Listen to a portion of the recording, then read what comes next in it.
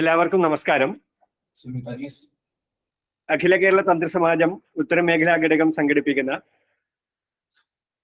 വൈശാഖ മാസത്തോടനുബന്ധിച്ചുള്ള ദേവി ഭാഗവതം മൂലഗ്രന്ഥത്തെ ആസ്പദമാക്കി മെയ് 9 മുതൽ ആരംഭിച്ച പ്രഭാഷണവും പാരായണവും, അതിൻ്റെ ഭാഗമായി ഇന്ന് നമ്മുടെ ഓരോ ദിവസത്തെയും ഈ കാര്യക്രമങ്ങൾ വളരെ ചിട്ടയാർന്ന രീതിയിൽ നടത്തിക്കൊണ്ടുപോകുന്നത് വിവിധ നമ്മുടെ പൂജാ പഠനം, അന്തർജന സഭ, ഇങ്ങനെയുള്ള വിവിധ ഗ്രൂപ്പുകളുടെ നേതൃത്വത്തിലാണ് ഈ കാര്യക്രമങ്ങളെല്ലാം ചിട്ടയാർന്ന രീതിയിൽ നടത്തിക്കൊണ്ടുപോകുന്നത്. ഇന്ന് ഈ പ്രഭാഷണ പരമ്പരയ്ക്ക് ഒപ്പം തന്നെ ഇതിൻ്റെ 1 മണിക്കൂർ സമയം ഇന്ന് ദേവി മാഹാത്മ്യത്തെ അടിസ്ഥാനപ്പെടുത്തി നമ്മുടെ ഗ്രൂപ്പിലെ ഒരു അംഗം കൂടി ആയിട്ടുള്ള, നമ്മൾക്ക് പലപ്പോഴായിട്ട് വിവിധ വിഷയങ്ങളെക്കുറിച്ച് നാരായണീയം, അങ്ങനെ പല സത്സംഗ വേദികളിലും നമുക്ക് ഒരുപാട് അറിവുകൾ പകർന്നു തന്നിട്ടുള്ള സരിതാ മഹേശ്വരനാണ് ഇന്ന് നമുക്ക് മുഖ്യാതിഥിയായി എത്തിയിട്ടുള്ളത്. ഇന്ന് ഈ കാര്യക്രമത്തിന് നേതൃത്വം കൊടുക്കുന്നത് ഈ കഴിഞ്ഞ ദിവസം ദശദിന പൂജാ പഠനം കാസർഗോഡ് നടത്തിയിട്ടുള്ള ഗ്രൂപ്പിലെ പഠിതാക്കളും അവരുടെ അന്തർജനങ്ങളുമാണ് ഇന്നത്തെ ഈ കാര്യക്രമത്തിന് നേതൃത്വം നൽകുന്നത്. ഹര ഹര മഹാദേവ്.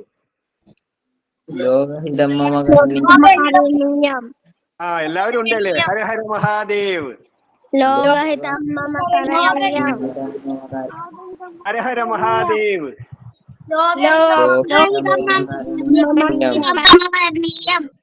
ആയിക്കോട്ടെ, അപ്പൊ ഒന്നും മറന്നുപോയിട്ടില്ല. നമ്മുടെ ഓർമ്മമരം ജൂൺ 13 മുമ്പായിട്ട് എല്ലാവരും നട്ട് പരിപാലിക്കേണ്ടതുണ്ട്. അത് ചെയ്യുമെന്ന് പ്രതീക്ഷിക്കുന്നു. നേരത്തെ നിങ്ങൾക്ക് വാഗ്ദാനം ചെയ്തതുപോലെ തന്നെ എല്ലാ മാസവും ഒരു ദിവസം ഹരിയേട്ടന്റെ ഓൺലൈൻ ആയിട്ടുള്ള ക്ലാസ് ഉണ്ടാകും. കർക്കിടക മാസത്തിൽ ഗണപതി ഹോമവും ദുർഗാപൂജയും ചെയ്യേണ്ടതുണ്ട്. എന്തായാലും ദീർഘിപ്പിക്കുന്നില്ല. ആദ്യമായി പ്രാർത്ഥനയ്ക്ക് വേണ്ടിയിട്ട് ദേവതീർത്ഥ മുണ്ടയൂരിലും ക്ഷണിക്കുകയാണ്.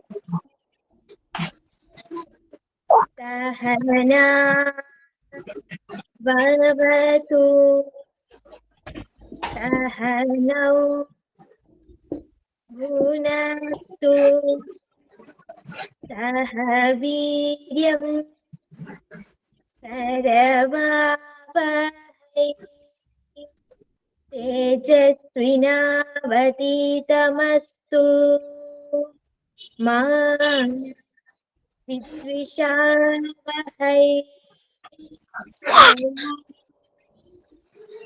ശാന്തി ശാന്തി ശാന്തി.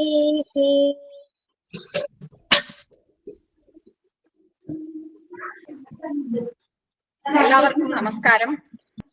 അഖില കേരള തന്ത്രി സമാജം ഉത്തരമേഖലാ ഘടകത്തിന്റെ കീഴിലുള്ള അന്തർജന സമാജം സംഘടിപ്പിക്കുന്ന വൈശാഖ മാസാചരണ പരിപാടിയിലേക്ക് എല്ലാവർക്കും നമസ്കാരം, എല്ലാവർക്കും സ്വാഗതം. വൈശാഖ മാസാചരണത്തിന്റെ ഭാഗമായുള്ള പ്രതിദിന പ്രഭാഷണ പരമ്പരയിൽ ഇന്ന് അതിഥിയായി എത്തുന്നത് ഡോക്ടർ സരിതാ മഹേശ്വർ ആണ്. സരിതയടത്തി യഥാർത്ഥത്തിൽ അതിഥിയല്ല, ആതിഥേയ തന്നെയാണ്. നമ്മുടെ അന്തർജന സഭയുടെ ഭാഗം തന്നെയാണ്. അന്തർജന സഭ രൂപീകൃതമായ സമയത്ത് അതിന്റെ കോർഡിനേറ്റർമാരിൽ ഒരാളായിരുന്നു സരിതയടത്തി. ആദ്യഘട്ടത്തിലെ വെബിനാറിന്റെ ഭാഗമായിരുന്നു. ഇവിടെയുള്ള ഒട്ടുമിക്ക ആളുകൾക്കും പരിചയമുള്ള വ്യക്തിയാണ്. എങ്കിലും ഔപചാരികതയുടെ പേരിൽ പരിചയപ്പെടുത്തുകയാണ്. തൃപ്പൂണിത്തുറ സംസ്കൃത കോളേജിൽ സാഹിത്യ വിഭാഗം മേധാവിയാണ്. 18 വർഷമായി അധ്യാപന വൃത്തിയിലാണ്. തൃശൂർ കേരളവർമ്മ സംസ്കൃത യൂണിവേഴ്സിറ്റികളിൽ നിന്ന് സംസ്കൃതത്തിൽ ഡിഗ്രിയും PGയും റാങ്കോടെ കരസ്ഥമാക്കി. 2006 ഗവൺമെന്റ് സർവീസിൽ കയറി. നാട്യശാസ്ത്രത്തിലെ സംഗീതം, സംസ്കൃത നാടകങ്ങളിൽ അതിന്റെ പ്രായോഗികത എന്ന വിഷയത്തിലാണ് PhD നേടിയത്. നാഷണൽ ഇന്റർനാഷണൽ സെമിനാറുകളിൽ പ്രബന്ധങ്ങൾ അവതരിപ്പിച്ചിട്ടുണ്ട്. പ്രബന്ധങ്ങൾ ജേർണലുകളിൽ പ്രസിദ്ധീകരിച്ചിട്ടുമുണ്ട്. ഇടപ്പള്ളി, ചങ്ങമ്പുഴ, തൃപ്പൂണിത്തുറ മഹാത്മാ ലൈബ്രറി തുടങ്ങിയ സാംസ്കാരിക വേദികളിൽ പങ്കെടുക്കാറുണ്ട്. കാളിദാസ മാധുരി എന്ന കാളിദാസ കൃതികളെ പരിചയപ്പെടുത്തുന്ന ആകാശവാണിയിലെ പ്രോഗ്രാമിൽ അംഗമായിരുന്നു. കൊച്ചി FM-ൽ സുഭാഷിതങ്ങൾ അവതരിപ്പിക്കാറുണ്ട്. നാരായണീയത്തെ സാധാരണക്കാർക്ക് പരിചയപ്പെടുത്തുന്ന യൂട്യൂബ് പ്രോഗ്രാം നടത്തിയിരുന്നു. സൗന്ദര്യ ലഹരി, ശിവാനന്ദ ലഹരി, മുകുന്ദമാല, ശ്രീകൃഷ്ണ കർണാമൃതം, ശ്രീകൃഷ്ണ വിലാസം തുടങ്ങിയവയും യൂട്യൂബിലൂടെ അവതരിപ്പിക്കുന്നു. തൃശൂർ പടിഞ്ഞാറേടത്ത് മഹേശ്വരൻ ഭട്ടതിരിപ്പാടിന്റെയും സരോജത്തിന്റെയും മകളാണ്. പാല രാമപുരത്ത് അമനക്കരയിൽ അനിൽകുമാറാണ് ഭർത്താവ്. അദ്ദേഹം അഡ്വക്കേറ്റ് ജനറൽ ഓഫീസിൽ അണ്ടർ സെക്രട്ടറി ആണ്. ഇവർക്ക് 2 പെൺകുട്ടികളാണ്. ഡോക്ടർ സരിത മഹേശ്വരനെ ഈ പരിപാടിയിലേക്ക് സഹർഷം സ്വാഗതം ചെയ്യുന്നു. ഈ വെബിനാറിൽ പങ്കെടുക്കുന്ന എല്ലാവരെയും ഞാൻ സസന്തോഷം സ്വാഗതം ചെയ്യുന്നു. എല്ലാവർക്കും നമസ്കാരം. നമ്മള് പഠിക്കാനും പാരായണം ചെയ്യാനും ഒക്കെ ഉദ്ദേശിക്കുന്നത് എന്നുള്ളത് കൊണ്ട് എല്ലാ തെറ്റുകുറ്റങ്ങളും, എല്ലാ ദുരിതങ്ങളും, എല്ലാ വിഘ്നങ്ങളും ഭഗവതി തന്നെ ഇല്ലാതെയാക്കട്ടെ എന്ന് ആദ്യമേ തന്നെ പ്രാർത്ഥിക്കുന്നു. ആദ്യം തന്നെ എന്നെ ഈ ഒരു വേദിയിലേക്ക്, ഞാൻ അതിഥി അല്ല ആതിഥേയ തന്നെയാണ് എന്ന് പറഞ്ഞു, എന്നാലും പലപ്പോഴും പല പരിപാടികളിലും ഈയിടെയായിട്ട് എനിക്ക് പങ്കെടുക്കാൻ സാധിക്കാറില്ല. ഏതെങ്കിലും ഇതുപോലെയുള്ള ഓൺലൈൻ പ്രഭാഷണ വേളകളില് പങ്കെടുക്കുകയും എന്റേതായ ചെറിയ ചില കോൺട്രിബ്യൂഷൻസ് എനിക്ക് നൽകാൻ സാധിക്കുകയും ചെയ്യാറുണ്ട് എന്നുള്ളത് ദേവിയുടെ അനുഗ്രഹം തന്നെയാണെങ്കിലും കൂടുതൽ പ്രവർത്തനങ്ങളിലേക്ക് എനിക്ക് വരാൻ സാധിക്കാറില്ല. അതിന് ഞങ്ങളുടെ ജോലിയുടെ ഭാരം അതൊരു കാരണമാണ്. അതുപോലെ തന്നെ പല തിരക്കുകളും ഉണ്ട്. എന്നാലും എന്നെ കൊണ്ടാവുന്ന പോലെ ഇനിയും അഖില കേരള തന്ത്രി സമാജത്തിന് വേണ്ടിയിട്ടും അതുപോലെ അന്തർജന സഭയുടെ പ്രവർത്തനങ്ങൾക്ക് വേണ്ടിയിട്ടും വിനിയോഗിക്കാമെന്ന് ഞാൻ ഉറപ്പു തരികയാണ്. ഇവിടേക്ക് ഈ ഒരു പ്രഭാഷണത്തിന് മുൻപെന്നെ ആദ്യത്തെ ഒരു ദിവസങ്ങളിലാണ് എനിക്ക് പറഞ്ഞു വെച്ചിരുന്നതെങ്കിലും ഇപ്പോ മറ്റു ചില തിരക്കുകള്, ഞങ്ങളുടെ പുതിയ സിലബസ് രൂപീകരണവുമായി ബന്ധപ്പെട്ട വളരെ വലിയ ഒരു പദ്ധതി നടന്നുകൊണ്ടിരിക്കുന്നത് കൊണ്ട് അത് മാറ്റിവെച്ച് ഇന്നത്തേക്ക് ആക്കി തന്നതിലും അതിൽ യാതൊരു പരാതിയും അല്ലെങ്കിൽ ഒരു പരിഭവവും എന്നോട് പറഞ്ഞില്ല എന്നുള്ളതില് ഈ ഒരു സമിതിയോടുള്ള എന്റെ സ്നേഹവും ആദരവും കടപ്പാടും ഞാൻ ആദ്യമേ തന്നെ അറിയിക്കട്ടെ. ശ്രീരാമേട്ടനാണ് ഇതിനായിട്ട് എന്നോട് പറഞ്ഞത്. അതുപോലെ തന്നെ പ്രസാദ്, ചൊവ്വല്ലൂര് പ്രസാദ് ആണ് എന്നോട് കാര്യമായിട്ട് ഇത്തരം പ്രവൃത്തി ഏതൊക്കെയാണ് ചെയ്യേണ്ടത്, ഏത് ഭാഗമാണ് അവതരിപ്പിക്കേണ്ടത് എന്നുള്ളതൊക്കെ അറിയിച്ചു തന്നിരിക്കുന്നത്. എല്ലാവരോടുമുള്ള സ്നേഹം ഈ ഒരു വേദിയിൽ ഞാൻ അവതരിപ്പിക്കട്ടെ.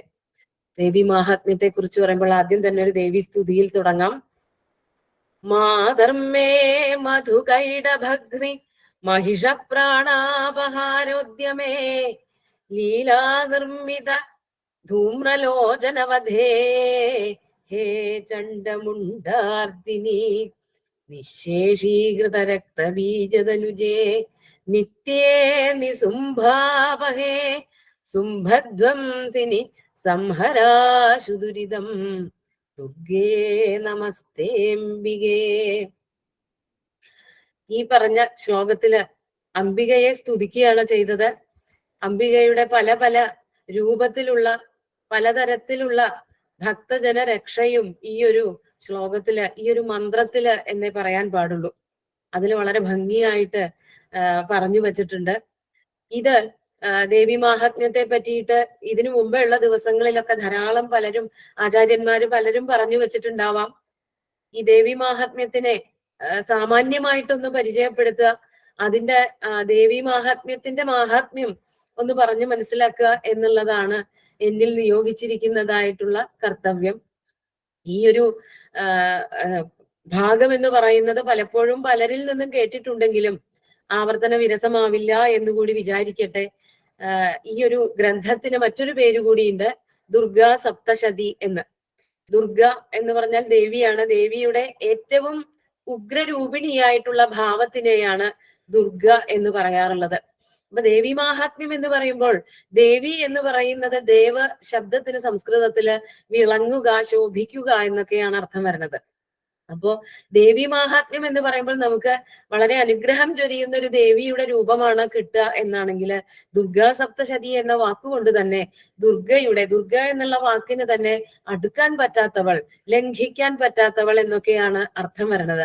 ദുർഗങ്ങൾ എന്ന് സംസ്കൃതത്തിൽ പറയുന്നത് രാജകൊട്ടാരങ്ങൾക്കൊക്കെ സംരക്ഷണം നൽകുന്ന കോട്ടകളെയാണ്. അപ്പോ ആ കോട്ട പോലെ നമ്മളെ സംരക്ഷിക്കുന്ന, ഒരാപത്തും ഒരു ദുരിതവും വിഘ്നങ്ങളും ദുരിതങ്ങളും ഇല്ലാതെയാക്കുന്ന ദേവിയാണ്. ആ ദേവിയുടെ 700 മന്ത്രങ്ങളാണ് ആരാധിച്ചുകൊണ്ടിരുന്നത് എന്നുള്ളത് കൊണ്ട് നമുക്കുണ്ടാകാനിരിക്കുന്ന പലതരത്തിലുള്ള കാലക്കേടുകളും ഒക്കെ അകന്നു പോകുമെന്നും അതുകൊണ്ട് തന്നെ എല്ലാവർക്കും സുഖവും സന്തോഷവും ഉണ്ടാകുമെന്നും ദുർഗാ ഭക്തന്മാർ ഉറച്ചു വിശ്വസിക്കുന്നുണ്ട്. അപ്പോ ഈ ദുർഗാ സപ്തശതിയില് 700 മന്ത്രങ്ങളുണ്ട്. അതുകൊണ്ട് തന്നെയാണ് സപ്തശതി, സപ്തം 7, ശതി 100, ശതം എന്ന് പറഞ്ഞാൽ 100. ആ ദുർഗയെ സ്തുതിക്കുന്നതായ 700 മന്ത്രങ്ങളുള്ള ഉപാസനാ ഗ്രന്ഥത്തിനെയാണ് ദുർഗാ സപ്തശതി എന്ന് പറയുന്നത്. അത് ഒരൊറ്റ ഗ്രന്ഥമല്ല ശരിക്കും. മാർക്കണ്ഡേയ പുരാണത്തിലെ 13 അധ്യായങ്ങളാണ് അതിനായിട്ട് ഉപയോഗിച്ചിരിക്കുന്നത്. അതായത് 78 മുതൽ 90 വരെ ഉള്ളതായ അധ്യായങ്ങളെ മാത്രം എടുത്തിട്ടാണ് നമ്മൾ ദുർഗാ സപ്തശതി എന്ന് പറയുന്നത്. അതായത് ആ ഭാഗത്ത് ദുർഗയുടെ മാഹാത്മ്യമാണ് വർണ്ണിക്കുന്നത് എന്നുള്ളത് കൊണ്ട് ദുർഗ എങ്ങനെയൊക്കെ ലോകത്തിനെ സംരക്ഷിച്ചു, ശക്തിയുടെ രൂപത്തിൽ വന്നിട്ട് എങ്ങനെയാണ് ലോകത്തിന് മുഴുവനും അനുഗ്രഹം ചൊരിഞ്ഞത് എന്ന് മാത്രം എടുത്തു പറയണത് കൊണ്ടാണ് ആ 13 അധ്യായങ്ങളെ ദുർഗാ സപ്തശതി എന്നിങ്ങനെ മാറ്റി നിർത്തിക്കൊണ്ട് നമ്മൾ ആരാധിക്കാൻ തുടങ്ങുന്നത്. അപ്പോ ഈ ആരാധകര് കൃപ ചൊരിയുന്നവളായിട്ടുള്ള ഏറ്റവും സുന്ദരിയായിട്ടുള്ള ഒരു ദേവിയായിട്ട് വാഴ്ത്തുന്നതിനോടൊപ്പം തന്നെ ഈ ലോകത്തിനെ മുഴുവനും രക്ഷിക്കാൻ തക്കവണ്ണം ശക്തിയുള്ളവളായ ദേവിയായിട്ടും കൂടി കരുതുന്നുണ്ട്. അപ്പോ കേവലം ഒരു മാതൃസ്വരൂപിണി എന്നുള്ളതിനെ അതുണ്ട്, ദേവി എപ്പോഴും മാതൃസ്വരൂപിണിയാണ് എന്നതിനോടൊപ്പം തന്നെ ഭക്തി, ജ്ഞാനം, കാമം, അതുപോലെ തന്നെ നമ്മുടെ നല്ല രീതിയിലുള്ള ഏതെല്ലാം ഇച്ഛകൾ അത് മുഴുവനും സാധ്യമാക്കി തരുന്ന അങ്ങനെയുള്ള അനുഗ്രഹങ്ങൾ കൂടി ചൊരിഞ്ഞു തരുന്നവളാണ് ദേവി എന്ന് നമ്മൾ എല്ലാവരും ഈ ദേവി മാഹാത്മ്യം വായിക്കുന്നതിലൂടെ മനസ്സിലാക്കുന്നുണ്ട്. ഇനി അതോടുകൂടി ഇത് പാരായണം ചെയ്യുന്നതോട് കൂടിയിട്ട് സകാമനായിട്ടുള്ള ഒരു ഭക്തൻ, സകാമൻ എന്ന് പറയുമ്പോൾ എന്തെങ്കിലുമൊക്കെ ഇച്ഛകളുള്ളവൻ, അതായത് നല്ല രീതിയിലുള്ള കാമങ്ങളുള്ളവൻ, അങ്ങനെയുള്ള ഒരു ഭക്തൻ ഈ ഗ്രന്ഥത്തെ ഉപാസിക്കുന്നത് വഴി കാമത്തെ പ്രാപിക്കുന്നു. എന്നാൽ കാമമില്ലാത്ത ഭക്തന്മാരുണ്ടാവും. അതായത് കാമം എന്ന് പറയുന്നത് നമ്മള് ലൗകികമായിട്ടുള്ള വിഷയങ്ങളെയാണ് മിക്കവാറും കാമങ്ങൾ എന്ന് പറയാം. ധർമ്മം, അർത്ഥം, കാമം, മോക്ഷം എന്നിങ്ങനെ 4 പുരുഷാർത്ഥങ്ങളുണ്ട്. അതിൽ പരമമായിട്ടുള്ള പുരുഷാർത്ഥമാണ് മോക്ഷം. ആ മോക്ഷം കിട്ടുന്നതിന് വേണ്ടിയിട്ടാണ് നമ്മൾ ധർമ്മത്തെയും അർത്ഥത്തെയും കാമത്തെയും ഒക്കെ കൂട്ടുപിടിക്കുന്നത്. അപ്പോ ഈ ധർമ്മത്തിൽ കൂടെയുള്ളതായ, ധർമ്മത്തിന് തന്നെത്താൻ നിലനിൽപ്പുണ്ട്, അതോടൊപ്പം ധർമ്മത്തിൽ കൂടെ ഉള്ളതായ അർത്ഥം, ധർമ്മത്തിൽ കൂടെയുള്ളതായ കാമം, ഈ അർത്ഥകാമങ്ങൾ സമ്പാദിക്കുക വഴി മോക്ഷത്തിലേക്ക് എത്തുന്നവരുണ്ട്. അങ്ങനെയുള്ള ഒരു കൂട്ടം ഭക്തർ ഇവിടെ ഉണ്ട്. അതല്ലാതെ നേരിട്ട് ഭജനയിലൂടെ, തപസ്സിലൂടെ, ആരാധനയിലൂടെ, ഉപാസനയിലൂടെ, ഭഗവത് ഭക്തിയിലൂടെ നേരിട്ട് മോക്ഷത്തിലേക്ക് എത്തണം എന്ന് ആഗ്രഹിക്കുന്നവരുണ്ട്.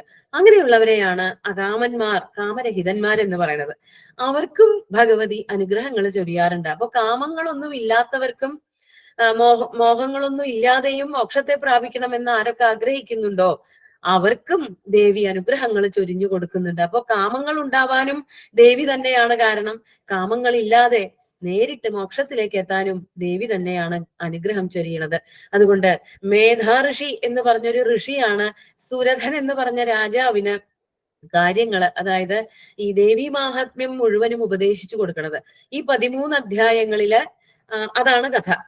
മേധാഋഷി സുരഥന് ഉപദേശിച്ചു കൊടുക്കുന്ന ദേവി മന്ത്രങ്ങളാണ്. ദേവി എങ്ങനെയൊക്കെ ലോകത്തെ രക്ഷിച്ചു എന്നുള്ള കഥയാണ് പറയണത്.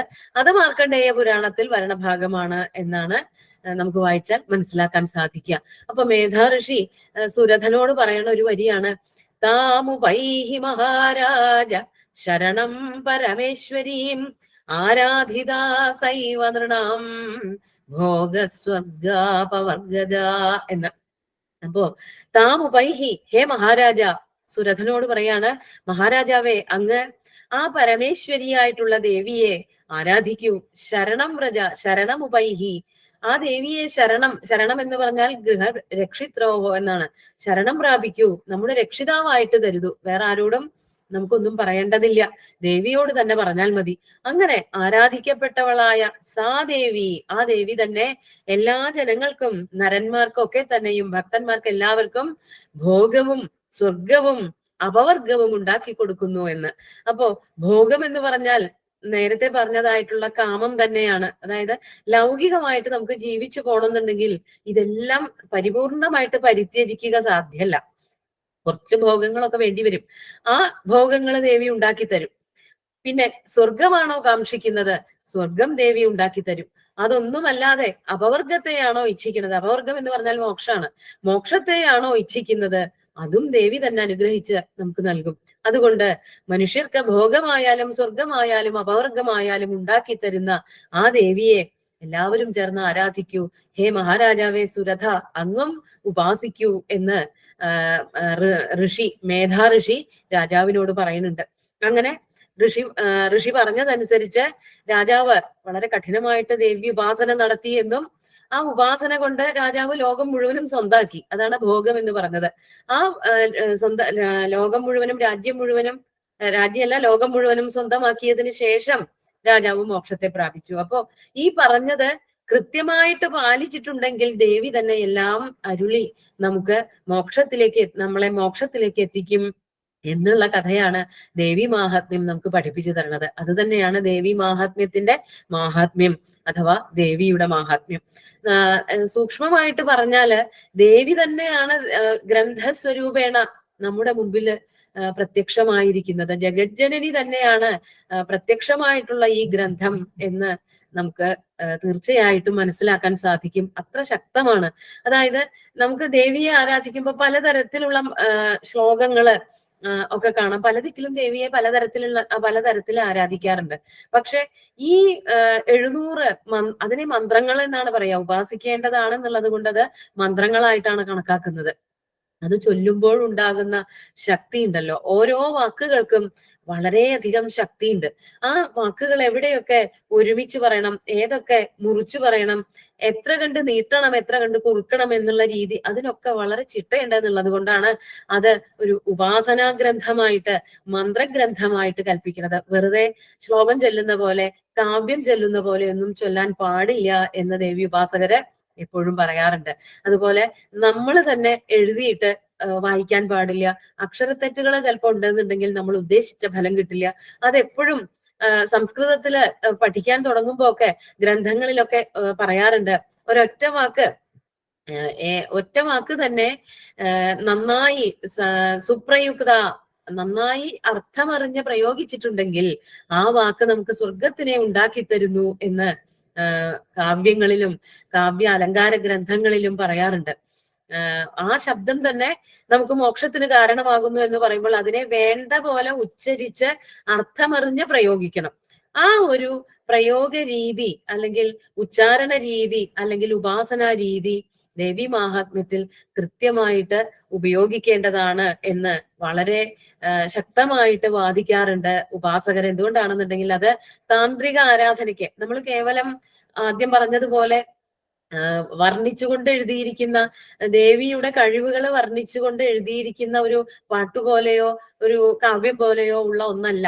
അത് ആറ്റിക്കുറുക്കി എഴുതിയിരിക്കുന്ന മന്ത്രഗ്രന്ഥമാണ് എന്നുള്ളത് കൊണ്ട് അത് വളരെ ശ്രദ്ധയോടുകൂടി, മാത്രമല്ല വളരെ വേഗത്തിൽ വായിക്കരുത് എന്നുണ്ട്. നമുക്ക് തന്നെ കേൾക്കാവുന്ന ഒച്ചയില്, അതായത് പിറുപിറുക്കുന്നത് പോലെയൊന്നും ചൊല്ലരുത്. നമുക്ക് തന്നെ കേൾക്കാവുന്ന രീതിയിൽ അല്പം ശബ്ദത്തോട് കൂടിയിട്ട്, എന്നാൽ വളരെ വേഗത്തിൽ ചൊല്ലരുത്, അർത്ഥമറിഞ്ഞു വേണം ചൊല്ലാൻ എന്നൊക്കെ ദുർഗാ സപ്തശതിയുടെ ഉപാസനയെ പറ്റി പറയുമ്പോൾ പല നിയമങ്ങളും ഉപാസകര് നമ്മളോട് ആചാര്യന്മാര് പറയാറുണ്ട്. അങ്ങനെ പ്രാർത്ഥിച്ചവർക്ക് മോക്ഷവും, അതുപോലെ തന്നെ കാമം അർത്ഥിക്കുന്നവർക്ക് കാമവും, അർത്ഥം അർത്ഥിക്കുന്നവർക്ക് അർത്ഥവും. അതാണല്ലോ ആദ്യം പറഞ്ഞത്. സുരഥന് അർത്ഥം ഉണ്ടാക്കി കൊടുത്തു. അർത്ഥം എന്ന് പറയുന്നത് രാജ്യം തന്നെയാണ്. ഈ ഭൂമി, അതുപോലെ തന്നെ ധനം, ധാന്യം തുടങ്ങിയിട്ടുള്ളതിനെയൊക്കെ അർത്ഥം എന്നാണ് പറയാ. അപ്പൊ അർത്ഥ സമ്പാദനത്തിനും ദേവി ഉപാസന കാരണമായി തീർന്നിട്ടുണ്ട് എന്ന് ഇവിടെ നിന്ന് തന്നെ, ദേവി മാഹാത്മ്യത്തിൽ നിന്ന് തന്നെ നമുക്ക് കാണാൻ പറ്റും. ഇവിടെ ശക്തിയെ തന്നെ ജഗന്മാതാവായിട്ട്, ശക്തി തത്വമായിട്ടാണ് നമ്മൾ കാണുന്നത്.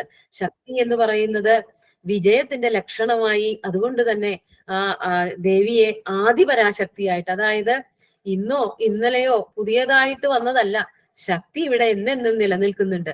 അപ്പോ ഭാരതത്തിൽ പലതരത്തിലുള്ള മതങ്ങളുണ്ട്.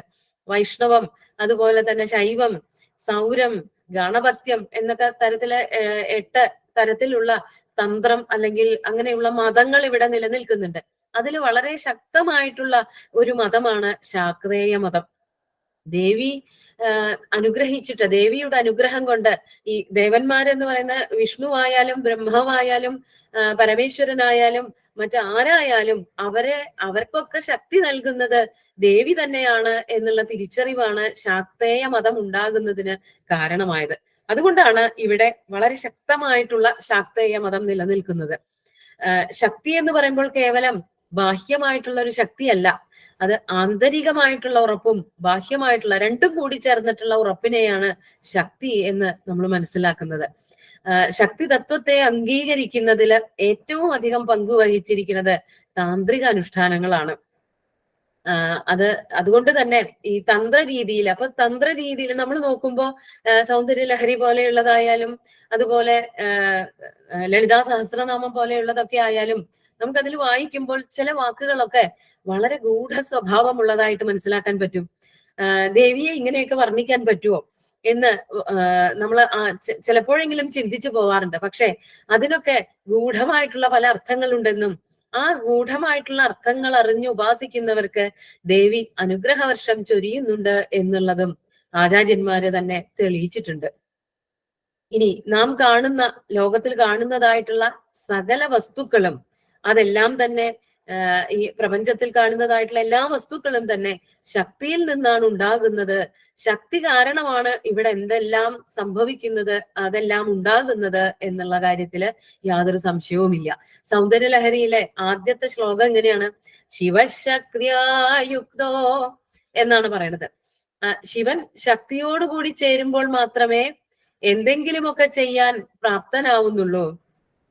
അതുപോലെ വിഷ്ണു ആയാലും വിഷ്ണുവിന്റെ കൂടെ മായാദേവിയുണ്ട്, അല്ലെങ്കിൽ ലക്ഷ്മി ദേവിയുണ്ട്. ബ്രഹ്മാവിന്റെ കൂടെ സരസ്വതിയുണ്ട്. അങ്ങനെ ഓരോ പുരുഷന്മാരായിട്ടുള്ള ദേവന്മാരുടെ ഒപ്പം തന്നെ ശക്തിയും ഇവിടെ ഉണ്ട് എന്നുള്ളത് കൊണ്ട് ദേവിയുടെ മാഹാത്മ്യത്തെ അംഗീകരിക്കുന്നവരാണ് പ്രപഞ്ചത്തിലെ മറ്റെല്ലാ ചൈതന്യങ്ങളും എന്നുള്ളതും ഇവിടെ വ്യക്തമാണ്. ഇനി അതുപോലെ തന്നെ ഈ ദേവി അല്ലെങ്കിൽ ഇവിടെ ഉള്ളതായ മാഹാത്മ്യം എന്ന് പറയുന്നത് നമ്മുടെ ഉള്ളിൽ തന്നെയാണ് ഉള്ളത്. നമ്മളാണ് അതിന്റെ, അത് ഏതൊരു അറിവിനെ പറ്റി പറയുമ്പോഴും അങ്ങനെ തന്നെയാണ്. ഉള്ളിന്റെ ഉള്ളിലാണ് ഇതെല്ലാം നിലനിൽക്കുന്നത്. നമ്മൾ പ്രപഞ്ചം എന്ന് പറയുന്നത് പ്രകർഷേണ പഞ്ച ആയിട്ട് നിൽക്കുന്നതാണ്. അതായത് ഈ ലോകത്ത് കാണുന്നത് നമ്മള് പഞ്ചഭൂതങ്ങളുടെ ഏറ്റവും വലിയൊരു ആവിഷ്കാരമാണ്. അത് ശരിക്കും സ്ഥിതി ചെയ്യുന്നത് നമ്മുടെ കണ്ണുകൾ കൂടെയും അതുപോലെ നമ്മുടെ എല്ലാ ഇന്ദ്രിയങ്ങളിൽ കൂടെ നമ്മൾ അതിനെ മനസ്സിലാക്കുന്നുണ്ട് എങ്കിലും ഈ പ്രപഞ്ചത്തെ ആവാഹിച്ച് നമ്മൾ നമ്മുടെ ഉള്ളിലേക്ക് എടുക്കുമ്പോഴാണ് അതിനെ തിരിച്ചറിയണത്. അതായത് ഉള്ളിലുള്ള മനസ്സും ബുദ്ധിയും അതുകൂടി ചേർന്നുകൊണ്ടാണ് അറിവായിട്ട് പരിണമിക്കുന്നത്. ആ അറിവിലൂടെയാണ് നമ്മളെല്ലാം അതായത് അറിവും തിരിച്ചറിവും തമ്മിലുള്ള വ്യത്യാസം അതാണ്. അപ്പൊ ഉള്ളിന്റെ ഉള്ളില് ചിത് സ്വരൂപിണിയായിട്ടാണ് ദേവി നിലനിൽക്കുന്നത്, അറിവിന്റെ രൂപത്തിലാണ് നിലനിൽക്കുന്നത്. ഇത് ഇപ്പൊ വിഷ്ണുവിനെ സ്തുതിക്കുന്ന ആൾക്കാരാണെങ്കിൽ ആ പരബ്രഹ്മ തത്വമായിട്ട് വിഷ്ണുവിനെ പറ്റിയിട്ടാവും പറയാ.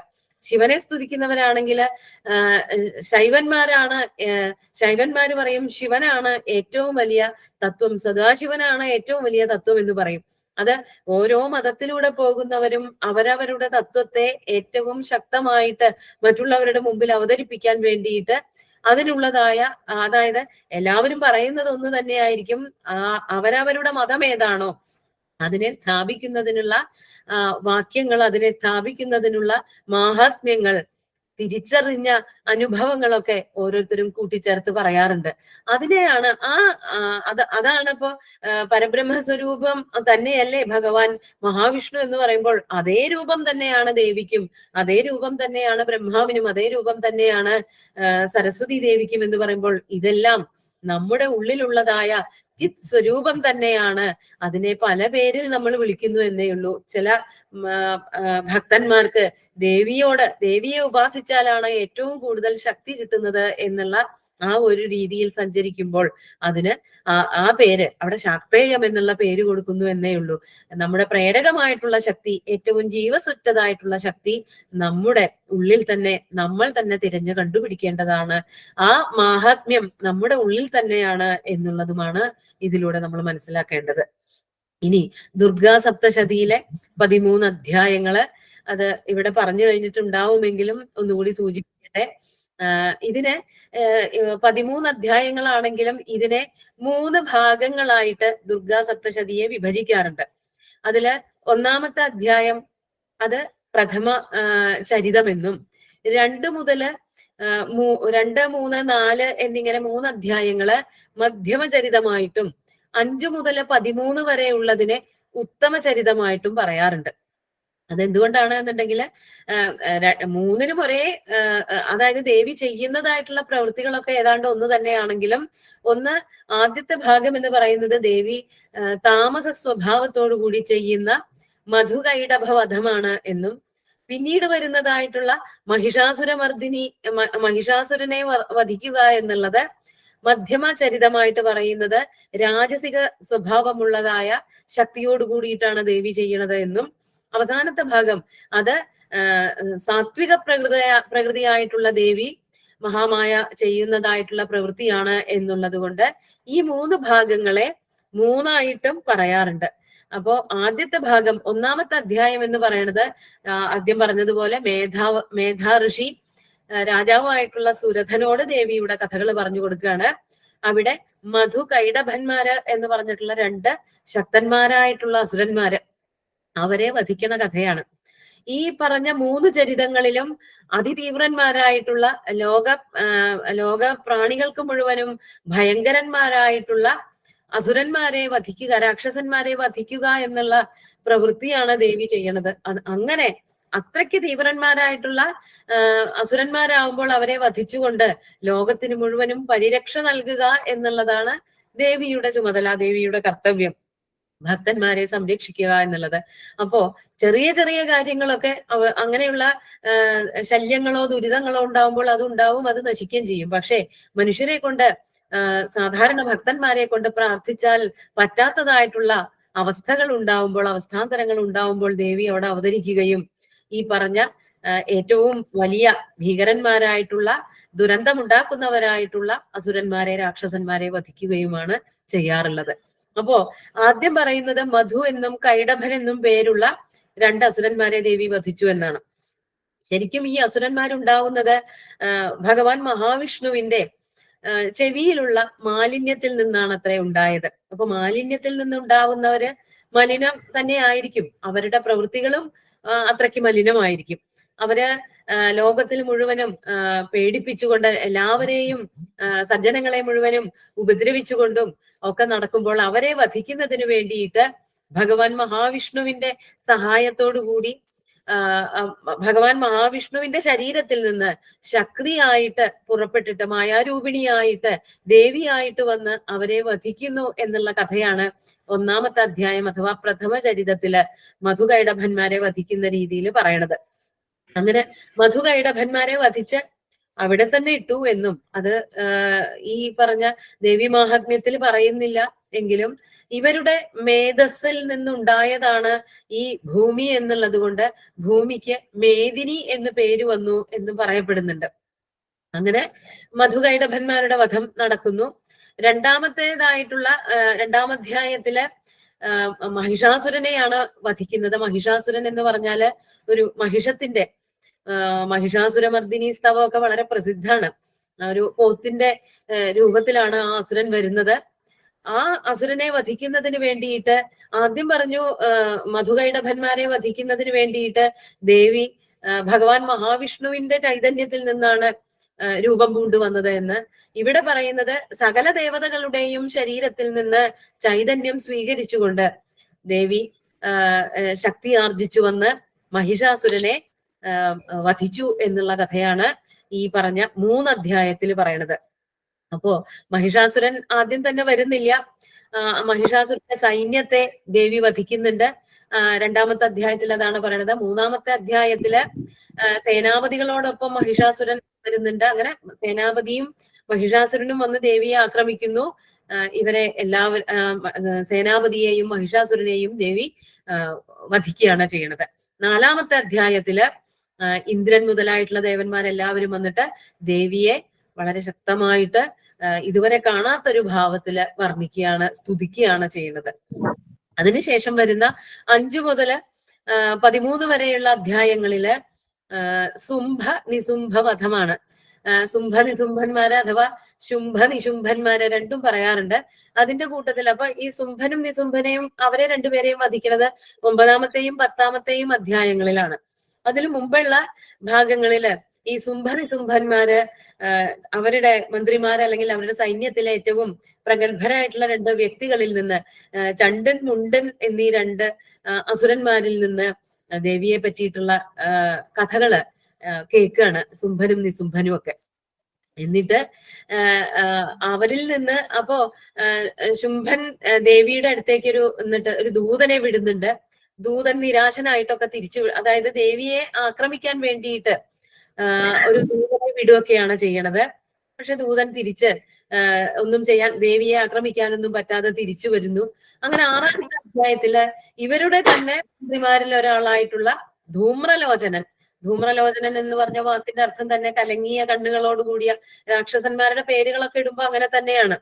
ഏറ്റവും പേടി നൽകുന്ന ആൾക്കാരാണെന്നുള്ളത് കൊണ്ട് അവരുടെ ഏതെങ്കിലും ഒരു സവിശേഷമായിട്ടുള്ള ഭാഗത്തെ എടുത്തുകൊണ്ടാണ് പേരിടുന്നത്. അത് തന്നെ ആയിക്കൊള്ളണം അവരുടെ പേര് എന്നൊന്നും പറയാൻ പറ്റില്ല. പക്ഷെ അങ്ങനെ ഒരു പേര് അവർക്കുണ്ട്, ധൂമ്രലോചനൻ.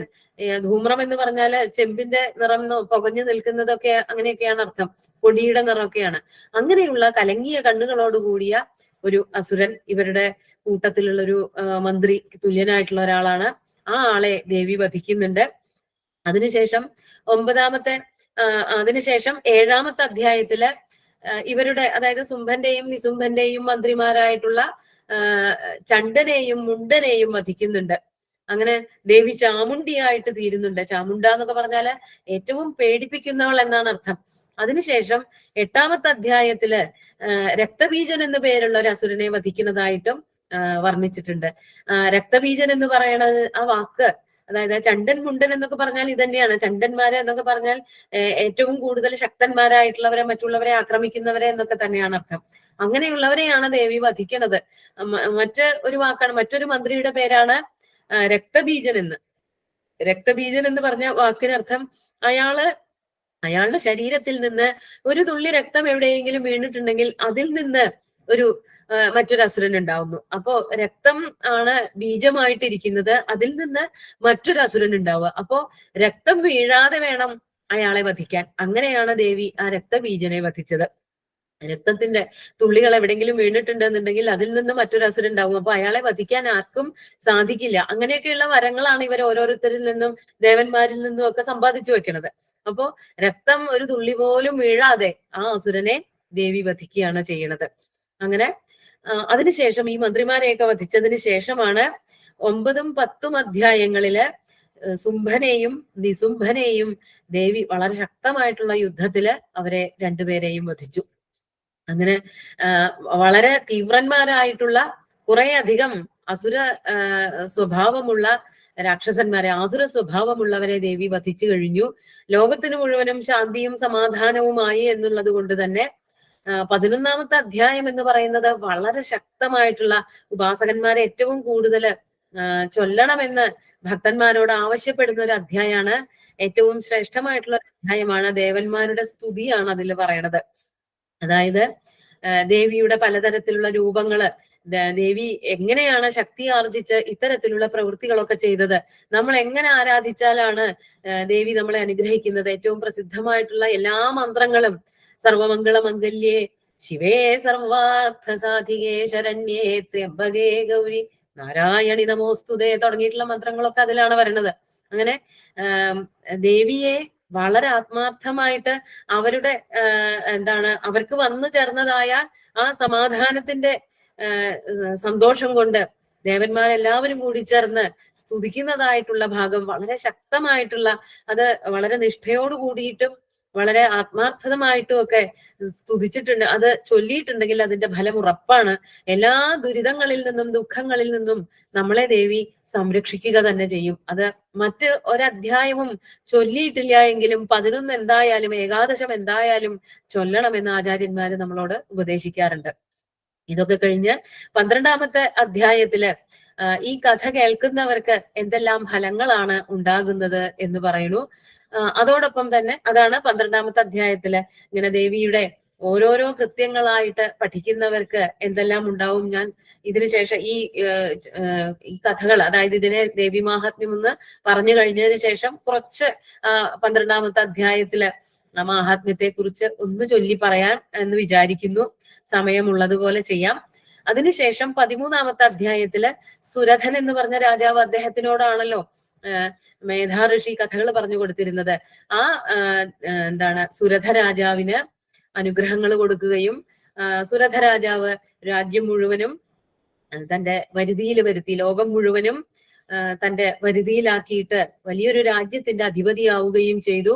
അതോടൊപ്പം തന്നെ അതിനുശേഷം വൈശ്യൻ എന്ന് പറഞ്ഞ ഒരാളുമുണ്ട്, സുരഥൻ എന്ന് പറഞ്ഞ ഒരാളുണ്ട്. അവർക്ക് രണ്ടുപേർക്കും മോക്ഷവും ദേവി അനുഗ്രഹിച്ചു നൽകുന്നുണ്ട് എന്നാണ് പറയപ്പെടുന്നത്. അതാണ് ഈ 13 അധ്യായത്തിലെയും വിഷയങ്ങള്. ഇനി ഇവിടെ നമ്മള് പറഞ്ഞു, ഇനി ദേവി മാഹാത്മ്യത്തിലെ കഥകള് നമ്മൾ ഏതാണ്ട് മനസ്സിലാക്കി.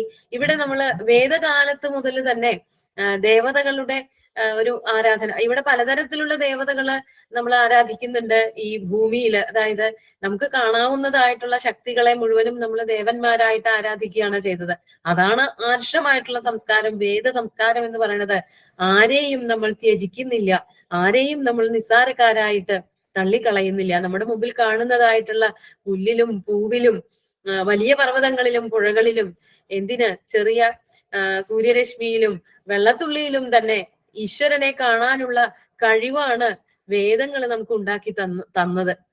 ആ വേദത്തിന്റെ അറിവ്, വേദങ്ങളെ പറ്റിയിട്ടുള്ള അറിവ് നമ്മൾ എന്ന് നിരാകരിക്കുന്നുവോ അന്ന് മുതല് നമ്മളൊരു ഇടിവിന്റെ, അതായത് സംസ്കാര ച്യുതിയുടെ ഒരു ഭാഗത്തേക്ക് തള്ളപ്പെടും എന്നുള്ള കാര്യത്തിൽ യാതൊരു സംശയവുമില്ല.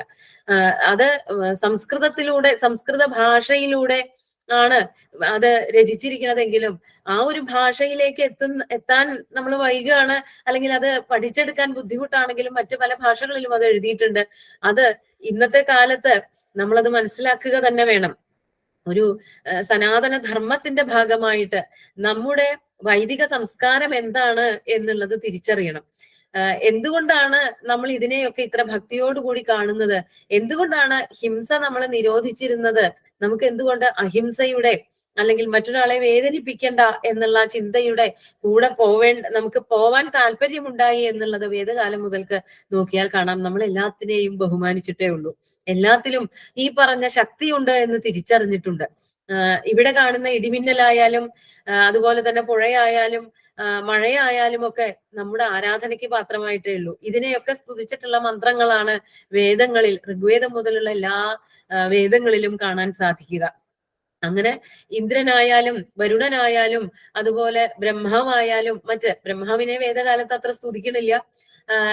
അഗ്നി, വരുണൻ തുടങ്ങിയിട്ടുള്ള ദേവന്മാരെയൊക്കെ ധാരാളം സ്തുതിക്കുന്നുണ്ട്. അവർക്കൊക്കെ പലതരത്തിലുള്ള ശക്തികളുണ്ട്. അപ്പോ ഇന്ദ്രനെയാണ് സ്തുതിക്കുന്നതെങ്കിൽ ഇന്ദ്രന് മഴ പെയ്യിക്കാനും ഒക്കെ ശക്തിയുണ്ട്. ഇടിമിന്നലിന്റെ മഴയുടെ ഒക്കെ അധികാരിയായിട്ടാണ് ഇന്ദ്രനെ കണക്കാക്കുന്നത്.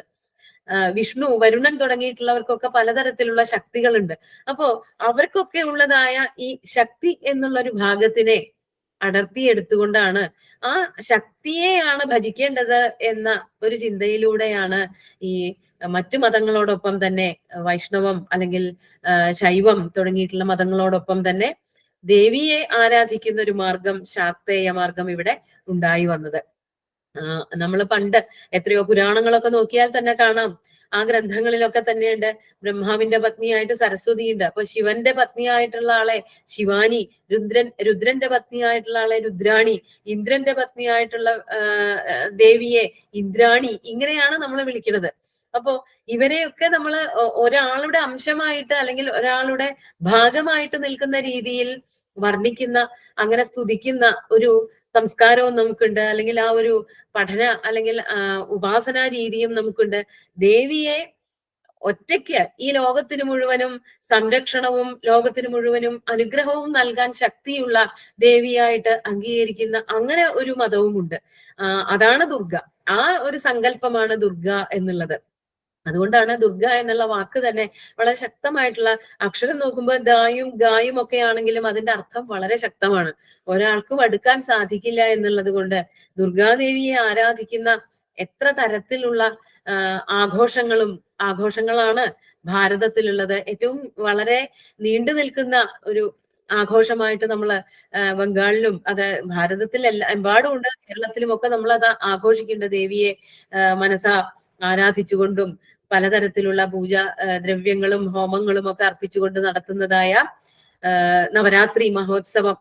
അത് ഓരോ ദിവസങ്ങളിലും ദേവിയെ ഓരോ രൂപത്തിൽ കാണുന്നുണ്ട്. ആദ്യം വളരെ ഓരോ ദിവസങ്ങളിലും ദേവിയെ ഓരോ രൂപത്തിൽ കണ്ടുകൊണ്ട് അവസാനത്തെ ദിവസം ദേവിയെ സരസ്വതിയായിട്ട്, ലക്ഷ്മിയായിട്ട്, അതിനു മുമ്പ് കാളിയായിട്ടും ഒക്കെ ഉപാസിച്ചു, പാർവതിയായിട്ടും ഒക്കെ ഉപാസിച്ചിട്ട് അവസാനത്തെ ദിവസം സരസ്വതിയായിട്ട് അറിവിനു വേണ്ടി നമ്മള് ദേവിയെ ആരാധിക്കുന്നുണ്ട്. അപ്പൊ പലതരത്തിലുള്ള പ്രവൃത്തികൾക്കായിട്ടും അത് അവസാനം എല്ലാ ആയുധങ്ങളും ഒക്കെ പൂജയ്ക്ക് വെച്ചുകൊണ്ട്, ആയുധങ്ങളിലല്ല കാര്യം, നമ്മൾ അറിവിലാണ് കാര്യം എന്ന് മനസ്സിലാക്കിക്കൊണ്ട് സരസ്വതിയെ ആരാധിക്കുന്ന അവസാനത്തെ ഒരു ദിവസവും ആയുധങ്ങളൊക്കെ പൂജയ്ക്ക് വെച്ചുകൊണ്ട്, ഉപകരണങ്ങളൊക്കെ പൂജയ്ക്ക് വെച്ചുകൊണ്ട് അതിനെയൊക്കെ മതിയാക്കി അറിവിലൂടെ മോക്ഷം എന്നുള്ള മാർഗത്തിൽ കൂടെ പോവാനും നമ്മൾ ഭാരതീയര് അതിനായിട്ടൊരു ദിവസവും കണ്ടെത്തി. അപ്പോ ഈ തരത്തിലുള്ള എത്രയോ ആരാധനാ സമ്പ്രദായങ്ങൾ നമ്മുടെ ഭാരതത്തിലുണ്ട്. ഇതെല്ലാം തിരിച്ചറിയുക എന്നുള്ളതാണ് നമ്മുടെ ഈ അഖില കേരള തന്ത്രി സമാജം പോലെയുള്ളതായ ഗ്രൂപ്പുകള് അവര് ചെയ്തുകൊണ്ടിരിക്കുന്നത്. തിരിച്ചറിയിക്കുക എന്നുള്ളതാണ്. വളരെ ചെറിയ പ്രായത്തിലുള്ള കുട്ടികൾക്ക് പലപ്പോഴും ഇതിന്റെ മാഹാത്മ്യം എന്താണ് എന്ന് മനസ്സിലാക്കാൻ പറ്റാറില്ല. ചെറിയ കുട്ടിയായിരിക്കുമ്പോൾ ഇതൊന്നും മനസ്സിലാവില്ല. പക്ഷെ ഒരു കാര്യം നമുക്ക് ചെയ്തു കൊടുക്കാൻ പറ്റും, അവരെ കൊണ്ട് ഇത്തരത്തിലുള്ള ഗ്രന്ഥങ്ങള് ധാരാളമായിട്ട് പാരായണം ചെയ്യിക്കുക. അത് ചൊല്ലിക്കൊണ്ടിരിക്കുമ്പോൾ അതിന്റെ മാഹാത്മ്യം ഒന്നും അറിയില്ല, കാണാപാഠം പഠിക്കുക എന്നുള്ളത് മാത്രമേ മനസ്സിലാവുള്ളൂ. അതിനുശേഷം കുറെ കാലം കഴിയുമ്പോൾ, 10-20 വയസ്സ് കഴിയുമ്പോൾ നമുക്ക് അതിന്റെ ഗുണം എന്താണ് അന്ന് നമ്മൾ പറഞ്ഞു വെച്ചത്, എന്താണ് പഠിച്ചത് എന്നുള്ളത് തിരിച്ചറിയുമ്പോൾ, അപ്പോഴാണ് അറിവ് എന്നുള്ളത് തിരിച്ചറിവാവണത്. നമ്മുടെ അനുഭവത്തിലൂടെ അത് മനസ്സിലാക്കുമ്പോൾ ഇതാണ് ഭാരതത്തിന്റെ സംസ്കാരം, ഇതാണ് ദേവി, അല്ലെങ്കിൽ ഇതാണ് ദേവന്മാര്, ഇതാണ് ദേവിമാര്, ഇതാണ് ഇവിടെ പലതരത്തിലുള്ള ഉപാസനാ രീതികള് എന്നുള്ളതൊക്കെ എല്ലാവർക്കും മനസ്സിലാക്കാൻ സാധിക്കും. ഇത്തരത്തിലുള്ള ഉപാസനകളിലൂടെ, ഇത്തരത്തിലുള്ള ചിന്തകളിലൂടെ നമ്മുടെ സംസ്കാരത്തെ തന്നെയാണ്, നമ്മുടെ ഭക്തിയുടെ മാർഗത്തിനെയും ഒക്കെ തന്നെയാണ് നമ്മൾ മനസ്സിലാക്കിയെടുക്കേണ്ടത്. ഇനി ഈ മാർക്കണ്ഡേയ പുരാണത്തിലാണ് ദേവി മാഹാത്മ്യം വർണ്ണിച്ചതെന്ന് പറഞ്ഞു. എന്തുകൊണ്ട് മറ്റേ പുരാണങ്ങളിലും, ധാരാളം പുരാണങ്ങളിൽ 10-18 പുരാണങ്ങൾ ഇവിടെ ഉണ്ടല്ലോ, അവിടെയൊന്നും ദേവിയെ പറ്റിയിട്ടൊന്നും ഇത്രയും ശക്തയായിട്ടുള്ള ഒരു ദേവിയെ പറ്റിയിട്ടൊന്നും പറഞ്ഞിട്ടില്ല. അതുകൊണ്ട് അങ്ങനെ വളരെ സൗമ്യ രൂപിണിയായിട്ടുള്ള ഈ ബ്രഹ്മാണ്ഡ പുരാണം, കുമാരപുരാണം, ശിവപുരാണം, ഗരുഡ പുരാണം തുടങ്ങിയിട്ടുള്ള പുരാണ ഗ്രന്ഥങ്ങളിലൊക്കെ ദേവി വളരെ സൗമ്യയായിട്ടുള്ള, ഉമയായിട്ട്, അല്ലെങ്കിൽ പാർവതിയായിട്ട്, ഹിമവാന്റെ പുത്രിയായിട്ട്, ശിവന്റെ പത്നിയായിട്ട്, 2 മക്കളുടെ അമ്മയായിട്ട്, ഉമ എന്ന് പറയുമ്പോൾ തന്നെ അച്ഛനമ്മമാരുടെ വാത്സല്യ അതിരേകം കൊണ്ടിട്ട പേരാണ് ഉമ എന്ന്. അമ്മയാണ് അങ്ങനെ വിളിച്ചതെന്ന് പറയുന്നുണ്ട്. തപസ് ചെയ്യാൻ പുറപ്പെട്ടപ്പോൾ ദേവിയെ തടഞ്ഞതാണ് അത്ര ഉമ, അരുത കുട്ടി എന്ന് പറഞ്ഞിട്ട്. അതൊരു സുന്ദരമായിട്ടുള്ള പേരിന് പിന്നീട് വഴി തെളിച്ചു. അപ്പോ അങ്ങനെയൊക്കെയുള്ള രീതിയിൽ വളരെ സൗമ്യ സ്വഭാവത്തോട് കൂടിയിട്ടാണ് ഈ പറഞ്ഞ പുരാണങ്ങളിലൊക്കെ ദേവിയെ വർണ്ണിച്ചിരിക്കുന്നതെങ്കിലും ഈ മാർക്കണ്ഡേയ പുരാണം, വരാഹപുരാണം തുടങ്ങിയിട്ടുള്ള പുരാണങ്ങളിലൊക്കെ ദേവിയെ ഉഗ്രസ്വരൂപിണിയായിട്ട്, മഹിഷാസുരമർദ്ദിനിയായിട്ട്, സുംഭന്മാരെയൊക്കെ വധിച്ച് ലോകത്തിന് മുഴുവനും സംരക്ഷണം നൽകുന്നവളായിട്ട് ഒക്കെ വർണ്ണിച്ചിട്ടുണ്ട്. അപ്പോ ഇങ്ങനെ പുരാണങ്ങളിൽ തന്നെ 2-3 വിധത്തിലൊക്കെ ആയിട്ട് ദേവിയെ എന്തുകൊണ്ടാണ് ചിത്രീകരിച്ചതെന്നാണെങ്കിൽ, ദേവിക്ക് എല്ലാ തരത്തിലുള്ള ഭാവങ്ങളും ഉണ്ട്. മാതൃസ്വരൂപിണിയായിട്ട് നിന്ന് എല്ലാവരെയും പരിപാലിക്കാനും ദുർഗയായി നിന്ന് ഈ പ്രപഞ്ചത്തിലെ ദുഷ്ടശക്തികളെ ഇല്ലായ്മ ചെയ്ത് ഭക്തന്മാരെ സംരക്ഷിക്കാനും ശക്തിയുണ്ട് എന്നുള്ളത് നമുക്ക് കാണിച്ചു തരികയാണ് ചെയ്തത്. ഇനി ഈ ദേവി മാഹാത്മ്യം എന്നുള്ളത് 700 ശ്ലോകങ്ങൾ, 700 മന്ത്രങ്ങളാണുള്ളത്. അത് എങ്ങനെ വേണമെങ്കിൽ പാരായണം ചെയ്യാം. പക്ഷെ അതിന് ചില നിബന്ധനകളൊക്കെ ഉണ്ട്. എങ്ങനെ വേണമെങ്കിൽ എന്ന് പറഞ്ഞാൽ അതിന് ചില ഈ നിബന്ധനകളോട് കൂടിയിട്ടാണ് പാരായണം ചെയ്യേണ്ടത്. 700 മന്ത്രവും ഒരു ദിവസം ചൊല്ലാൻ പറ്റിയിട്ടില്ല എങ്കിൽ നമുക്കതിനെ ഒറ്റ നേരം കൊണ്ട് ചൊല്ലാൻ പറ്റിയിട്ടില്ല. അപ്പൊ ലളിതാ സഹസ്രനാമം പോലെയുള്ളതൊക്കെ ഒറ്റ ഇരിപ്പിന് ചിലപ്പോൾ നമുക്കത് ചൊല്ലി തീർക്കാൻ പറ്റും. പക്ഷെ ഇത് കുറച്ചധികം അധ്യായങ്ങൾ ഉള്ളത് കൊണ്ടും വളരെ ശ്രദ്ധയോടുകൂടി ഭജിക്കേണ്ടതാണെന്നുള്ളത് കൊണ്ട് ഒരുമിച്ച് ചൊല്ലാൻ പറ്റിയിട്ടില്ല എങ്കിൽ ഒരു ദിവസം തന്നെ 3 നേരമായിട്ട് വേണമെങ്കിൽ ഭജിക്കാം. അപ്പൊ രാവിലെ ആദ്യത്തെ ഈ കീലകം തുടങ്ങിയിട്ടുള്ളതായ കവചങ്ങള്, അതൊക്കെയാണ് അതിന്റെ പ്രത്യേകത. അർഗളം, കീലകം എന്നൊക്കെ പറയുന്ന കവചങ്ങളോട് കൂടിയിട്ടുള്ള ഭാഗങ്ങളൊക്കെ അതിൽ വരുന്നുണ്ട്. അതാണ് താന്ത്രികാനുഷ്ഠാനത്തിന്റെ ഭാഗമാണ് ദുർഗാ സപ്തശതി എന്നുള്ളത് പറയാൻ കാരണം.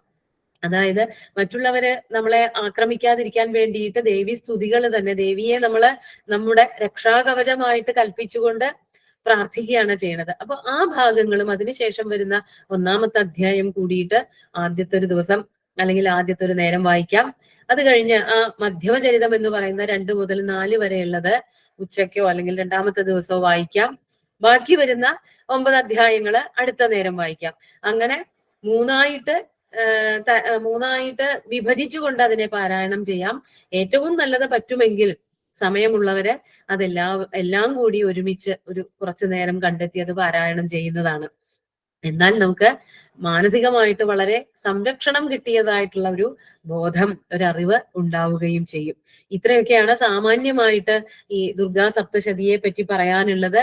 ഇനി വായിക്കുന്നില്ല, മന്ത്രങ്ങൾ പറയുന്നില്ലെങ്കിലും ചൊല്ലുന്നില്ല എങ്കിലും ഇത് ചൊല്ലുന്നവർക്ക് എന്തെല്ലാം ദുരിതങ്ങൾ മാറ്റപ്പെടും എന്നുള്ളത് 1-2 എണ്ണം സൂചിപ്പിക്കാൻ ഞാൻ ഉദ്ദേശിക്കുകയാണ്. ശത്രുതോ ന ഭയം തസ്യ ദസ്യുതോ വാ നരാജത ന ശസ്ത്രാനലതോ യൗഘാൻ കദാചിത് സംഭവിഷ്യതി. ശത്രുക്കളിൽ നിന്നുള്ള ഭയം ദേവിയെ ഉപാസിക്കുമ്പോൾ ഇല്ലാതെയാവും. ഇതിന്റെ മാഹാത്മ്യം അതാണ്.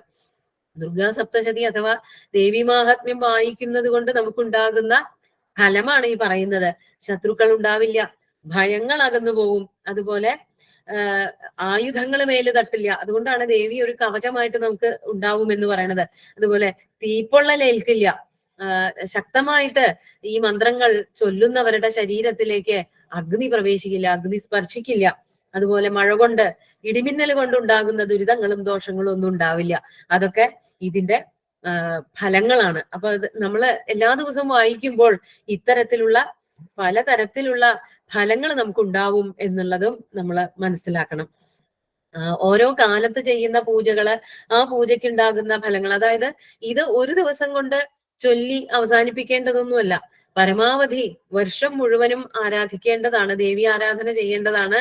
ഓരോ കാലഘട്ടങ്ങളില് ഓരോ ഋതുവില് ദേവിയെ ഉപാസിക്കുമ്പോൾ എന്തെല്ലാം ഫലങ്ങൾ കിട്ടുമെന്നൊക്കെ ഈ ഫലശ്രുതിയില് വളരെ വ്യക്തമായിട്ട് പറയുന്നുണ്ട്. രിപവസം ക്ഷയം യാന്തി കല്യാണം ജോപപദ്യതേ നന്ദതേ ചകുലംബും സാം മാഹാത്മ്യം മമ ശൃണ്വതാം. ദേവി തന്നെയാണ് പറയുന്നത്, മമ മാഹാത്മ്യം ശൃണ്വതാം. എന്റെ മാഹാത്മ്യത്തെ പറ്റി കേൾക്കുന്നവർക്ക് അവരുടെ ശത്രുക്കൾ നശിക്കുന്നു, അവർക്ക് എല്ലാ കല്യാണങ്ങളും എല്ലാ മംഗളങ്ങളും വന്നു ഭവിക്കുന്നു.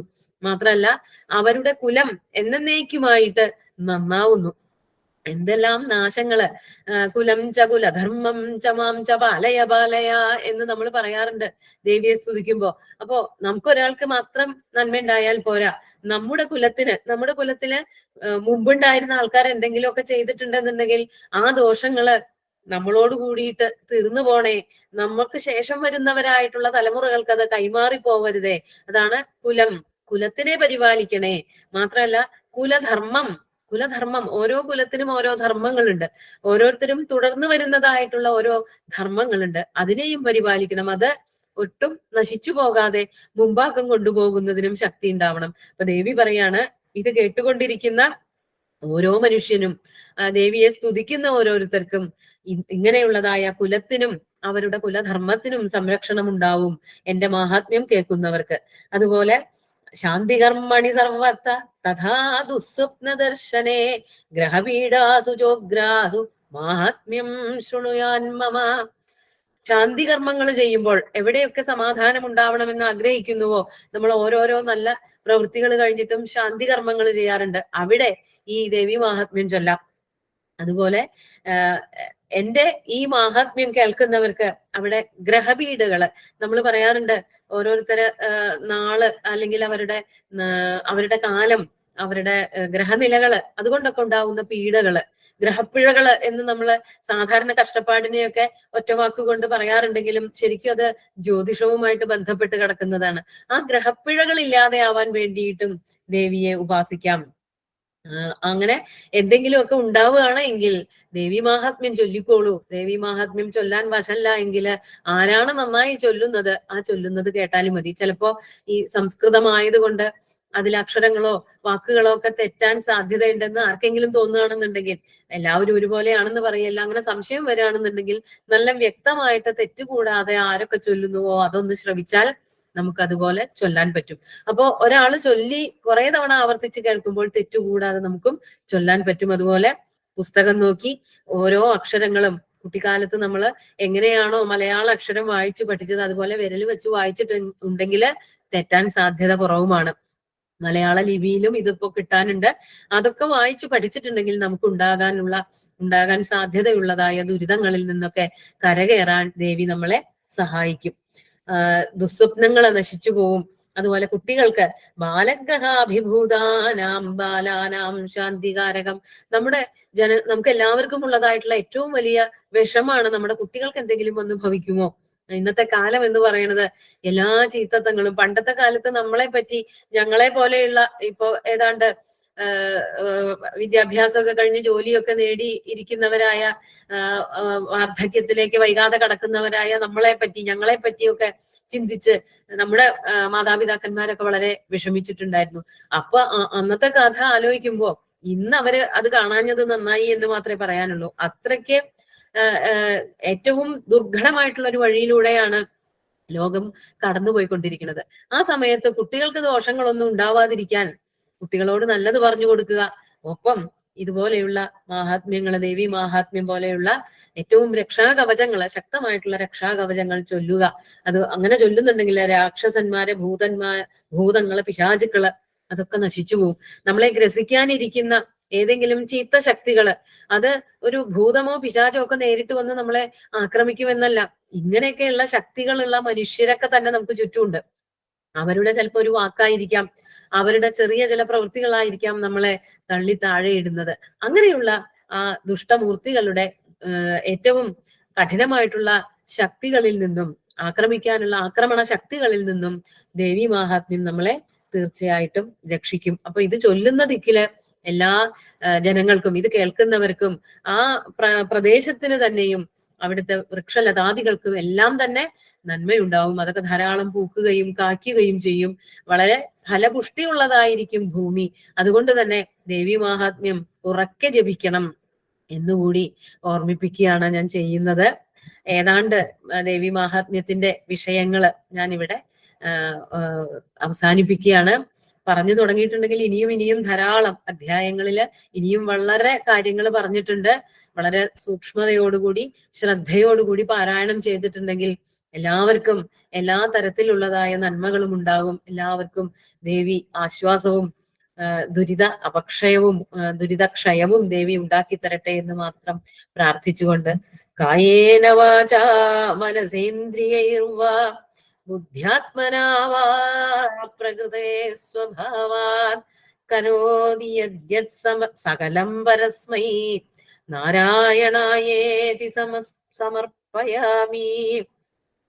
കായേന വാചാ മനസേന്ദ്രിയൈർവാ ബുദ്ധ്യാത്മനാ വാ പ്രകൃതേ സ്വഭാവാത് കരോമി യദ്യത് സകലം പരസ്മൈ നാരായണായേതി സമർപ്പയാമി. ദേവി മാഹാത്മ്യത്തിന്റെ ഈ ഒരു പ്രഭാഷണം ഞാൻ എല്ലാ സജ്ജനങ്ങൾക്ക് മുമ്പിലും, എല്ലാ ഭക്തജനങ്ങൾക്ക് മുമ്പിലും സമർപ്പിക്കുന്നു. നന്ദി, നമസ്കാരം.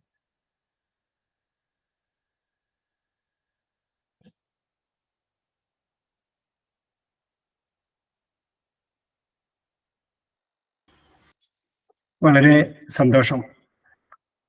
നമുക്ക് ഈ സത്സംഗവേദിയിൽ വളരെ മനോഹരമായിട്ട് ദേവിയുടെ മഹാത്മ്യം വീണ്ടും വീണ്ടും ഒരുപാട് മഹാത്മാക്കൾ വന്ന് നമുക്ക് അറിവ് പകർന്നു തരാൻ ഇവിടെ ഉണ്ട് എന്ന ഒരു മഹാഭാഗ്യം നമുക്കുണ്ട്. നമ്മുടെ ഈ ഇന്നത്തെ ചുമതലയുള്ള പൂജാപഠന ക്യാമ്പിലെ കുട്ടികൾ ആരെങ്കിലും, കുട്ടികളോ കുട്ടികളെ രക്ഷിതാക്കളോ എന്തെങ്കിലും സംസാരിക്കുന്നുണ്ടെങ്കിൽ പറയാം.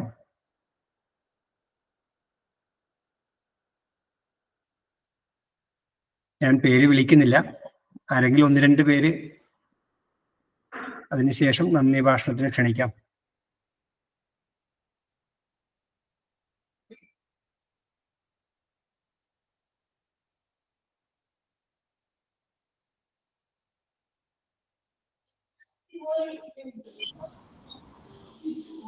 ഹലോ, പറഞ്ഞോളൂ.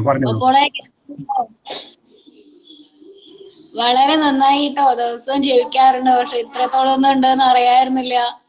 ആദ്യം രസത്തിന് തുടങ്ങിയതാണ്. എന്നാലും ഇത്രയൊക്കെ ഉണ്ടെന്ന് പറഞ്ഞു തന്നേലും മുഷിപ്പില്ലാതെ ഇത്രയും നേരം കേട്ടിരിക്കാൻ പറ്റി. വളരെ സന്തോഷം. ഇത്രയും നന്നായിട്ട് കേൾക്കാൻ പറ്റിയെന്ന് പറഞ്ഞു തന്നേനും സന്തോഷം. മുഷിപ്പ് ഉണ്ടാവാതിരിക്കണം എന്ന് മാത്രമേ ഞാൻ പ്രാർത്ഥിച്ചുള്ളൂ. തുടങ്ങിയപ്പോ 1 മണിക്കൂർ ഒരു പ്രത്യേക വിഷയം ഉണ്ടെന്നുണ്ടെങ്കിൽ അതിനെപ്പറ്റി പറയാം. ഇത് സാമാന്യമായിട്ട് പറയുമ്പോൾ എവിടെ തുടങ്ങണം, എവിടെ കൊണ്ട് അവസാനിപ്പിക്കണം എന്ന് ചെറിയൊരു ആശങ്ക ഉണ്ടായിരുന്നു. ഭഗവതി അതൊക്കെ തീർത്തു തന്നു.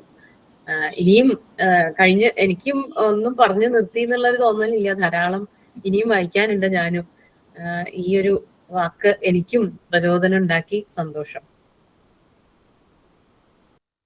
ആയിക്കോട്ടെ. എന്തായാലും ഇന്നത്തെ ഈ സെഷനിൽ പങ്കെടുത്തിട്ടുള്ള മുഴുവൻ അംഗങ്ങളോടും തന്ത്രസമാജം ഉത്തരമേഖലാ ഘടകത്തിന്റെ സന്തോഷം അറിയിച്ചുകൊണ്ട് നന്ദി ഭാഷണത്തിനായി, ഔപചാരികമായ നന്ദി ഭാഷണത്തിനായി ബിന്ദു ശ്രീരാമനെ ക്ഷണിക്കുന്നു.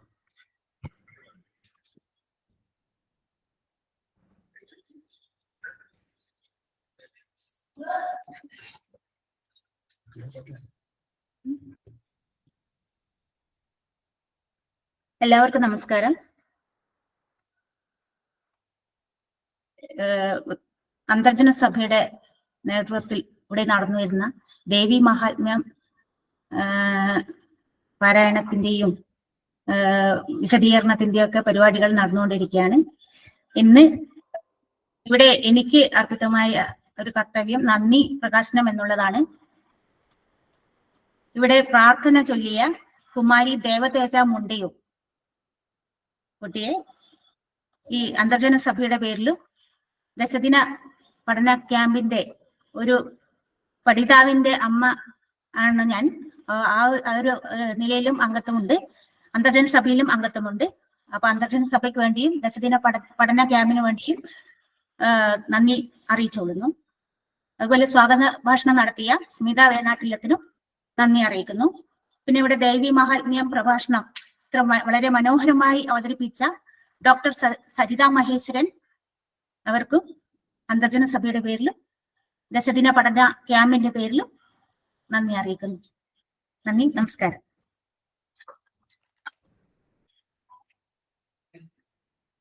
വളരെ സന്തോഷം.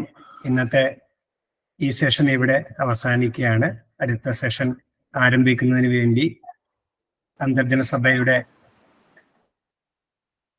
വത്സലയെടുത്തിയെ ഈ പ്ലാറ്റ്ഫോം ഏൽപ്പിക്കുകയാണ്. എല്ലാവർക്കും നന്ദി, നമസ്കാരം.